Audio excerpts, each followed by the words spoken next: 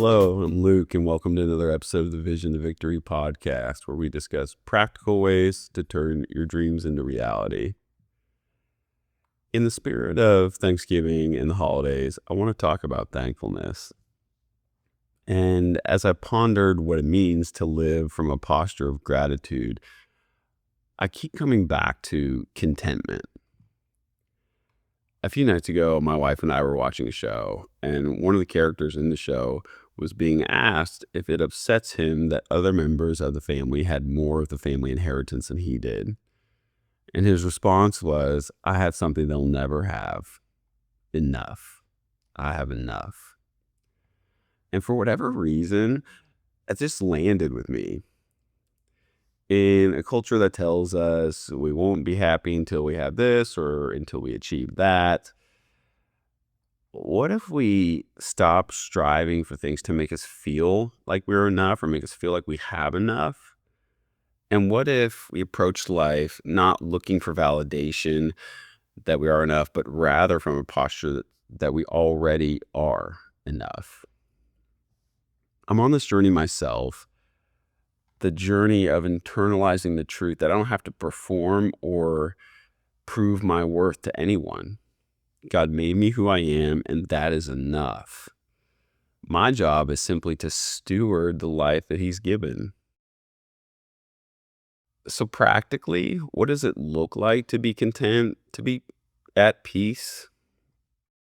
I believe it starts with having the right priorities. And I believe that there are two primary areas of focus that foster contentment and really foster a sense of peace and well-being in our lives.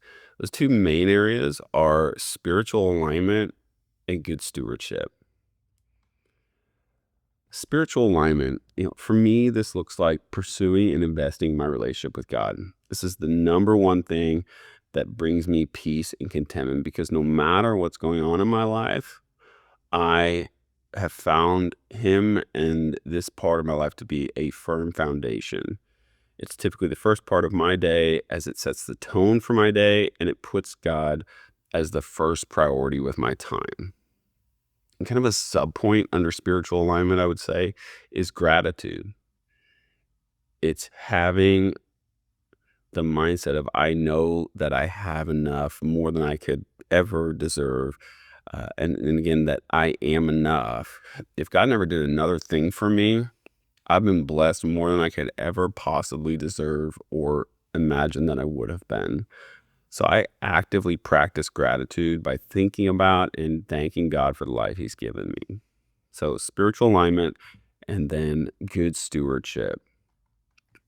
Stewardship is simply the reality that we are wired and programmed to create, grow, and multiply what we've been given. And when we don't do those things, we fall into stagnation and unhealthy habits. I'd say most of us have experienced this at some point in our lives, where if we're not, again, creating, growing, multiplying our gifts, our talents, learning new things, developing skills, we fall into, kind of going through the motions of life. And again, we fall into stagnation. This is why I so often discuss the importance of pursuing good things and developing and using what has been entrusted to us. And so I think there's kind of three main, again, kind of sub-points under stewardship, three areas that we need to steward well in. The first is the area of people. We need to take care of our family and close friends. We need to cultivate and foster the most important relationships.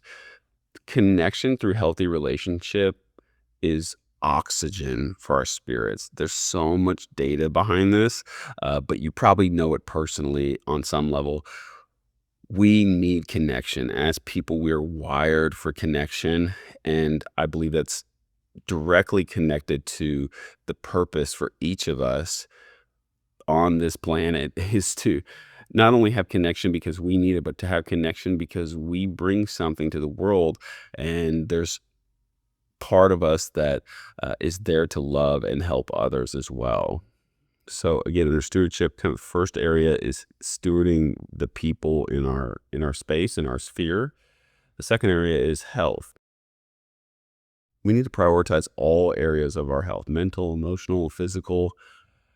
These are critical components of becoming and being our best selves.